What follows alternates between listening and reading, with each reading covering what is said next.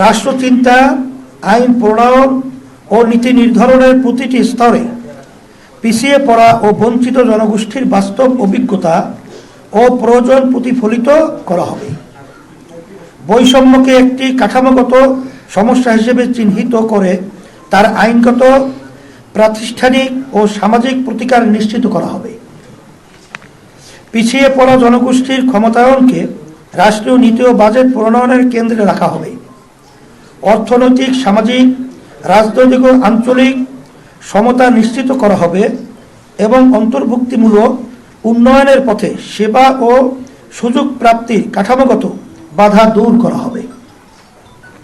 একটি কার্যকর বৈষম্য বিরোধী আইন প্রণয়ন ও বাস্তবায়ন করা হবে। জাতীয় মানবাধিকার কমিশনকে স্বাধীন, সক্ষম ও জবাবদিহিমূলক প্রতিষ্ঠান হিসাবে গড়ে তোলা হবে। তৃতীয় লিঙ্গ হিজড়া জনগোষ্ঠীর রাজনৈতিক অংশগ্রহণ ও সিদ্ধান্ত গ্রহণ প্রক্রিয়ার অর্থবহ ও সম্মানজনক প্রতিনিধিত্ব, ভোটার নিবন্ধন, স্বাস্থ্যসেবা ও সামাজিক সুরক্ষায় পূর্ণ বৈষম্যহীন অভিগম্যতা নিশ্চিত করা হবে। শরিয়া মোতাবেক নারীদের সম্পত্তির উত্তরাধিকার নিশ্চিত করতে আইনগত ও সামাজিক বাস্তবায়ন জোরদার করা হবে। পথশিশু ও বস্তিবাসীদের জন্য সুনির্দিষ্ট সামাজিক সুরক্ষা ও পুনর্বাসন নীতি অন্তর্ভুক্ত করা হবে। গৃহকর্মী, অনানুষ্ঠানিক ও অবৈতনিক পরিচর্যা কাজে নিয়োজিত নারীদের শ্রমের রাষ্ট্রীয় স্বীকৃতি ও সামাজিক সুরক্ষা নিশ্চিত করা হবে। দুর্নীতির মূলোৎপাটন। বাংলাদেশের প্রধান সমস্যা হল দুর্নীতি। ইসলামী আন্দোলন নৈতিক, আইনি ও প্রাতিষ্ঠানিক বহুমাত্রিক কৌশলে ও কর্মপন্থায় দুর্নীতিকে ক্রমান্বয়ে শূন্যের কোঠায় নামিয়ে আনবে। দুর্নীতি বিরোধী আইন ও নীতিমালা কাগজে সীমাবদ্ধ না রেখে কার্যকরভাবে বাস্তবায়ন করা হবে। রাজনৈতিক ও প্রাতিষ্ঠানিক দুর্নীতি প্রতিরোধ করা হবে। আর্থিক খাতে স্বচ্ছতা জোরদার করা হবে এবং বাজারে প্রবেশ ও কার্যক্রমে ন্যায্য প্রতিযোগিতা নিশ্চিত করতে বাজার ও সেবা খাতে সিন্ডিকেট নিয়ন্ত্রণ করা হবে। দুর্নীতির বিরুদ্ধে শূন্য সহনশীলতা নিশ্চিত করা হবে। সরকারি নিয়োগ ও পদোন্নতিতে ঘুষ, স্বজনপ্রীতি ও রাজনৈতিক প্রভাবের বিরুদ্ধে শূন্য সহনশীলতা নীতি কার্যকর করা হবে। রাজনৈতিক নেতৃত্ব ও প্রভাবশালী ব্যক্তিদের দুর্নীতির ক্ষেত্রে দৃষ্টান্তমূলক ও প্রকাশ্য শাস্তি নিশ্চিত করা হবে, যাতে আইনের ঊর্ধ্বে কেউ না থাকে। সেবা খাতে সিন্ডিকেট চক্র বন্ধ করা হবে এবং সেবা প্রদানে ঘুষ অনিয়মের বিরুদ্ধে কঠোর ব্যবস্থা নেওয়া হবে। কর ফাঁকি ও আর্থিক খাতের অনিয়ম রোধে কার্যকর নজরদারি ও দৃষ্টান্তমূলক শাস্তি নিশ্চিত করা হবে। নারীর মর্যাদা ও অধিকার প্রতিষ্ঠা। ইসলামী আন্দোলন বাংলাদেশ নারীর প্রতি দায়বোধ করে এবং নারীর বিদ্যমান পরিস্থিতি যে সমস্যাজনক তাও স্বীকার করে। সেজন্য নারীর মর্যাদা ও অধিকার প্রতিষ্ঠায় এই ভূমির হাজার বছরের বোধবিশ্বাস ও ঐতিহ্যের আলোকে করণীয় সকল পদক্ষেপ গ্রহণ করবে। এখানে উল্লেখ্য যে বিদ্যমান চিন্তা কাঠামোতে শরিয়া ও নারীকে পরস্পর বিরোধী হিসেবে বিবেচনা করা হয়। আমরা দৃঢ়তার সাথে বলতে চাই যে নারীর কর্মসংস্থান, অধিকার, মর্যাদা ও স্বাধীনতার জন্য ইসলামী সবচেয়ে কার্যকর নীতি। আমাদের ইশতিহারের পরতে পরতে তার প্রতিফলন দেখা যাবে ইনশাআল্লাহ। প্রিয় সাংবাদিক বন্ধুগণ, রাষ্ট্র গঠনে আমরা 6 দফা কার্যক্রম হাতে নিয়েছি। সেগুলো হলো মহান মুক্তিযুদ্ধ ও জুলাই গণ অভ্যুত্থানের প্রতি দায়বদ্ধতা। ইসলামী আন্দোলন এই ব্যাপারে তার প্রতিজ্ঞা পুনর্ব্যক্ত করছে যে মহান মুক্তিযুদ্ধ ও জুলাই গণ অভ্যুত্থানের প্রত্যাশা পুরো মাত্রায় বাস্তবায়ন করা হবে। ইসলামী আন্দোলন সংস্কারের যে সকল বিষয় উত্থাপন করেছিল, যেমন পিআর পদ্ধতিতে জাতীয় নির্বাচন আয়োজন করা, সেগুলো রাষ্ট্রের স্বার্থে প্রয়োজনীয় ধারাক্রম অনুসরণ করে বাস্তবায়ন করা হবে। পিআর পদ্ধতিতে জাতীয় নির্বাচন, বিশ্বের বহু দেশের অনুসৃত বাস্তবতা, বাংলাদেশের বিদ্যমান রাজনৈতিক সংস্কৃতি ও রাজনৈতিক অস্থিরতা দূর করতে ইসলামী আন্দোলন বাংলাদেশ মনে করে পিআর পদ্ধতি একটি কার্যকর সমাধান। সেজন্য আমরা ক্ষমতায় গেলে পিআর পদ্ধতি প্রবর্তন করব ইনশাআল্লাহ।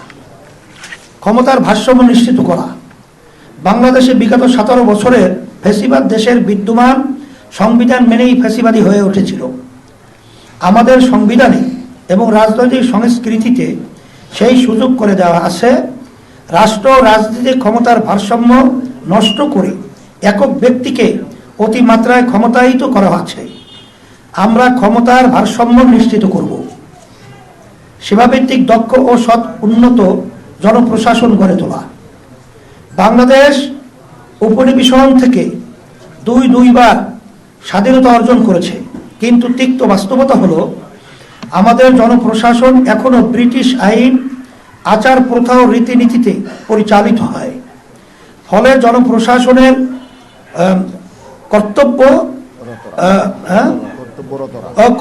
কর্তব্যরতরা নিজেদেরকে জনতার সেবক না ভেবে প্রভু ভাবেন। আমরা এর আমূল পরিবর্তন আনবো ইনশাআল্লাহ। জনসেবামুখী, দক্ষতা ও জবাবদিহিতামূলক জনপ্রশাসন গড়ে তুলব। উন্নয়ন কর্মকাণ্ডের উৎকর্ষতা একটি দক্ষ, সৎ ও কার্যকর প্রশাসনের উপর অনেকাংশে নির্ভরশীল। এ অনুধাবনে প্রণীত হয়ে রাজনৈতিক হস্তক্ষেপ মুক্ত একটি পেশাদারী সরকারি প্রশাসনিক ব্যবস্থা গড়ে তোলা হবে। সেবা প্রদানকারী সকল সরকারি প্রতিষ্ঠানের কর্মকাণ্ডে সেবা গ্রহীতাদের কাছে জবাবদিহিতার নিশ্চয়তা বিধানে একটি সুনির্দিষ্ট ফ্রেমওয়ার্ক প্রতিষ্ঠা করা হবে। উন্নয়ন প্রশাসনের সকল পর্যায়ে দুর্নীতির বিরুদ্ধে শূন্য সহিংসতার সংস্কৃতি সহিষ্ণুতার সংস্কৃতি চালু করা হবে। এই সংস্কৃতির প্রতিষ্ঠায় এসিসিকে রাজনৈতিক প্রভাবমুক্ত ও স্বাধীনভাবে কাজ করতে দেওয়া হবে। সরকারি ব্যয় স্বচ্ছতা ও জবাবদিহিতার নিশ্চয়তা বিধানে সরকারি ক্রয়, বিনিয়োগে অগ্রগতি, টেন্ডার, অর্থব্যয়, প্রজেক্ট সংশ্লিষ্ট সকল তথ্য উন্মুক্ত করা হবে। সরকারি ব্যয়ের অগ্রাধিকার নির্ধারণ ও ব্যয়ের দক্ষতা ও উৎকর্ষতা বৃদ্ধির লক্ষ্যে পাবলিক এক্সপেন্ডিচার রিভিউ কমিশন গঠন করা হবে। রাজস্ব স্পেস এর সম্প্রসারণ। রাজস্ব ব্যবস্থাপনায় পরিবর্তনের লক্ষ্য হবে রাজস্ব আয় জিডিপির হারের উল্লেখযোগ্য বৃদ্ধি, যাতে আগামী 5 বছরে এ হার দক্ষিণ এশিয়ার গড় হারের সমপর্যায়ে 14 থেকে 15% উন্নতি করা সম্ভব হয়।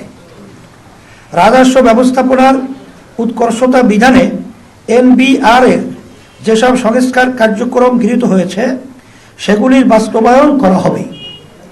সরকারি মালিকানায় যেসব প্রতিষ্ঠান এসওই আছে সেগুলির কার্যক্রম, অর্থায়ন, আর্থিক অবস্থা ইত্যাদির পরিবেক্ষণ ও মূল্যায়নপূর্বক লভ্যতা ও সামাজিক উপযোগিতার নিরিখে এগুলোর ভবিষ্যৎ সম্বন্ধে সিদ্ধান্ত গ্রহণ করা হবে ইনশাআল্লাহ।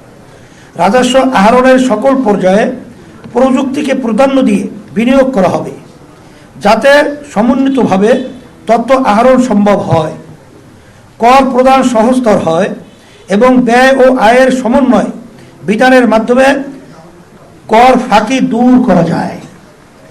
স্বনির্ভর, শক্তিশালী ও বহুমাত্রিক ডিফেন্স সিস্টেম গড়ে তোলা। বাংলাদেশ একটি স্বাধীন দেশ। বর্তমান বিশ্ব ব্যবস্থায় স্বাধীনতা টিকিয়ে রাখা দুষ্কর।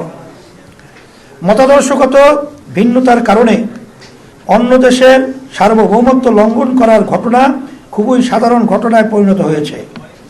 সেজন্য আমরা স্বনির্ভর ও শক্তিশালী প্রতিরক্ষা ব্যবস্থা গড়ে তুলব।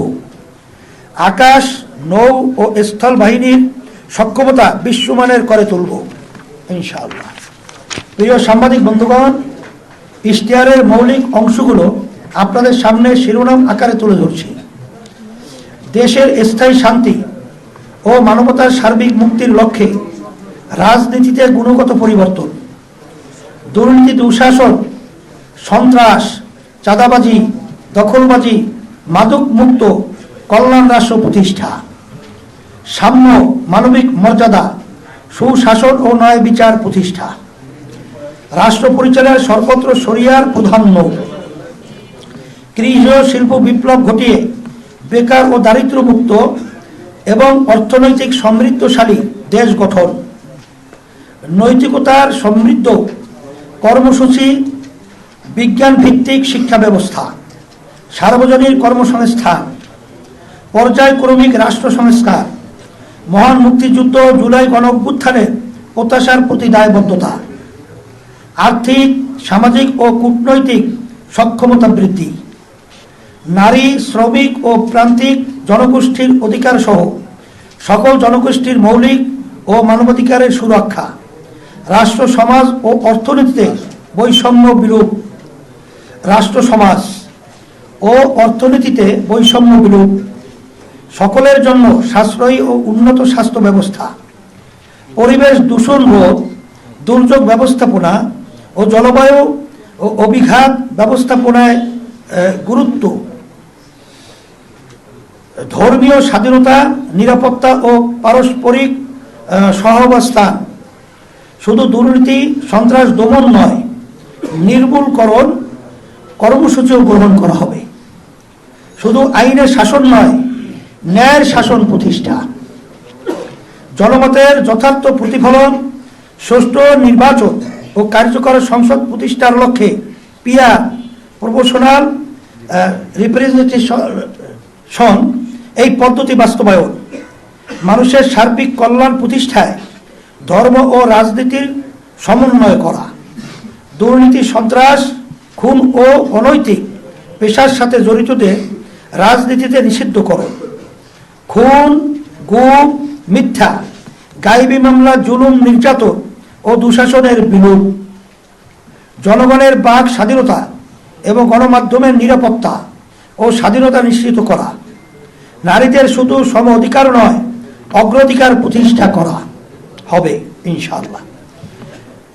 শিল্পোদ্যোক্তাদের ঋণ প্রদান, গ্যাস, বিদ্যুৎ, পানি, সুয়ারেজ, আমদানি রপ্তানি কার্যক্রমে ওয়ান স্টপ সার্ভিস কর্মসূচি গ্রহণ, সকল শিক্ষা প্রতিষ্ঠানকে জাতীয়করণ করা, মৎস্য ও প্রাণী সম্পদ খাতে বিদ্যমান সমস্যা দূর করে এই খাতে বাংলাদেশকে স্বয়ং সম্পূর্ণ ও বৈশ্বিকভাবে উন্নতি করা হবে ইনশাআল্লাহ।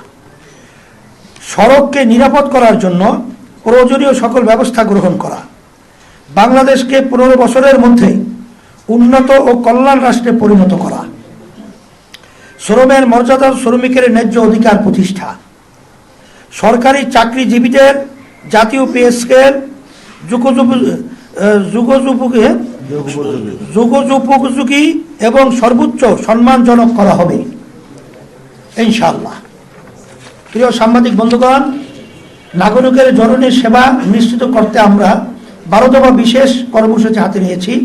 সেগুলো হলো: বিশেষ কর্মসূচি প্রতি মাসে 5,000 টাকা হত দরিদ্র ও ঝুঁকিপূর্ণ জনগোষ্ঠীর জন্য নগদ সহায়তা, প্রাথমিক স্তরের সকল শিক্ষার্থীর জন্য প্রতিদিন একবেলা করে পুষ্টিকর খাবার, 18 থেকে 24 বছরের যুবদের জন্য সুদমুক্ত জামানতবিহীন এককালীন ঋণের ব্যবস্থা করা, সার্বজনীন স্বাস্থ্য সুরক্ষা কর্মসূচি বা স্বাস্থ্য কার্ড, এবার ভর্তুকি মূল্যে কৃষি উপকরণ দেয়া ও বিভিন্ন সেবা সহজে পৌঁছাতে কৃষি কার্ড চালু করা, ন্যাশনাল জব পোর্টাল যেখানে সব পেশার চাকরি প্রার্থীদের জন্য দেশে ও বিদেশে চাকরি খোঁজা, পরামর্শ প্রদান ও প্রশিক্ষণ গ্রহণের সুবিধা থাকবে, কর্মজীবী মায়েদের জন্য প্রয়োজনীয় সংখ্যক দিবাযত্ন কেন্দ্র গড়ে তোলা, ঢাকাসহ সকল নগরে সরকার নিয়ন্ত্রিত ও ফ্র্যাঞ্চাইজ ভিত্তিক বাস ব্যবস্থাপনা, সেবা কেন্দ্রিক কর ব্যবস্থা, সকলের জন্য নির্বিঘ্ন নাগরিক সেবা, নারী পোশাক কর্মীদের জন্য আবাসন ব্যবস্থা, দ্রব্যমূল্য নিয়ন্ত্রণে রাখতে অবৈধ সিন্ডিকেট ভেঙে দেওয়া হবে। কওমি সনদের স্বীকৃতির পূর্ণ বাস্তবায়ন ও রাষ্ট্রীয় পদে উলামায়ে কেরামের পদায়ন ইনশাআল্লাহ। প্রিয় সাংবাদিক বন্ধুগণ, আমাদের ইশতিহারে 28টি খাত ভিত্তিক পরিকল্পনা তুলে ধরছি। খাতগুলো হলো এগুলো আপনারা পড়ে নিলে দেখবেন কি কি খাত আমাদের রয়েছে। আর 28টা আমাদের খাত আছে। আচ্ছা, এগুলো সব সরবরাহ করা হয়েছে আলহামদুলিল্লাহ। হ্যাঁ, আচ্ছা, খাতগুলো আপনারা অর্থনৈতিক সমৃদ্ধি, মূল্যস্ফীতি নিয়ন্ত্রণ ও করার সক্ষমতা সংরক্ষণ, বৈদেশিক ঋণ ব্যবস্থাপনা, সুশাসিত আর্থিক খাত ব্যবস্থাপনা, সম্পূর্ণত দেশ থেকে টেকসই উত্তরণ, বিনিয়োগের স্বর্গ হিসেবে বাংলাদেশকে গড়ে তোলা, জননিরাপত্তা আইনের শাসন, নাগরিক সুবিধার সম্বলিত শহর ও গ্রাম, নৈতিকতায় সমৃদ্ধ কর্মমুখী বিজ্ঞানভিত্তিক শিক্ষা ব্যবস্থা, সার্বজনীন কর্মসংস্থান, দেশীয় আন্তর্জাতিক শ্রম বাজার পরিস্থিতির আলোকে যুবদের জন্য শ্রম কর্মসংস্থানের সুযোগ সৃষ্টি, শ্রম বাজারের চাহিদার সঙ্গে শিক্ষা ব্যবস্থার সমন্বয় সাধন, অপ্রাতিষ্ঠানিক খাতের চ্যালেঞ্জ মোকাবিলা, নতুন উদ্যোক্তা সৃষ্টি, আইসিটি ও উচ্চ প্রযুক্তি খাত উন্নয়ন, উৎপাদন সংরক্ষণ ও বিপণনকে প্রাধান্য দিয়ে সমন্বিত কৃষি ব্যবস্থা, আধুনিক পদ্ধতি ও প্রযুক্তি গ্রহণ এবং অভিযোজন,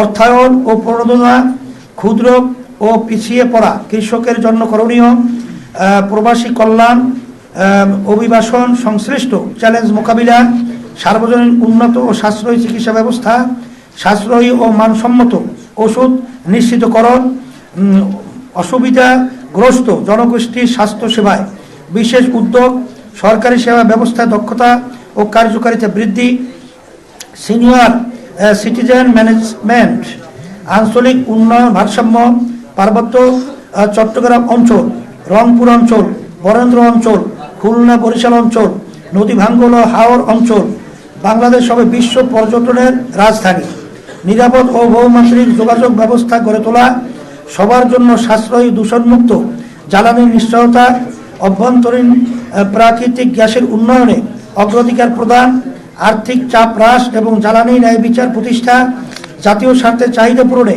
সুপরিকল্পিত স্বচ্ছ নীতি প্রণয়ন, পরিবেশ, জলবায়ু ও বনরক্ষায় দেশীয় বাস্তবতা ও আন্তর্জাতিক প্রোটোকল অনুসরণ করা, গৃহায়ন ও গণপূর্ত, তথ্য ও সম্প্রচার, শ্রম ও কর্মসংস্থান, স্থানীয় সরকার প্রতিষ্ঠানের শক্তিশালীকরণ এবং ক্ষমতার বিকেন্দ্রীকরণ, আধুনিক টেকসই ও স্বাস্থ্যসম্মত পয় নিষ্কাশন ব্যবস্থা, জলবায়ু পরিবর্তন, দুর্যোগ ব্যবস্থাপনা ও ত্রাণ, পানি সম্পদ ব্যবস্থাপনা, জুলাই গণ অভ্যুত্থান ও মুক্তিযুদ্ধ।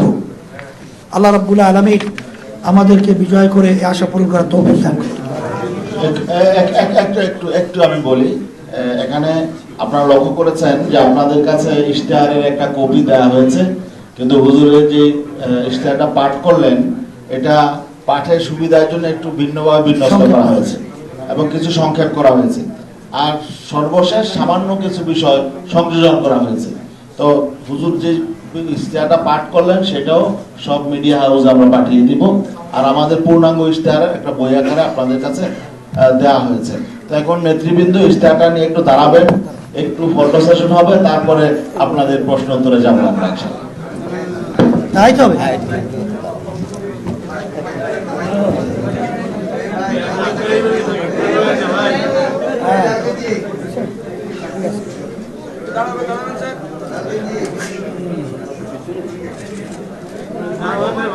সামনে সবাই একটু সামনে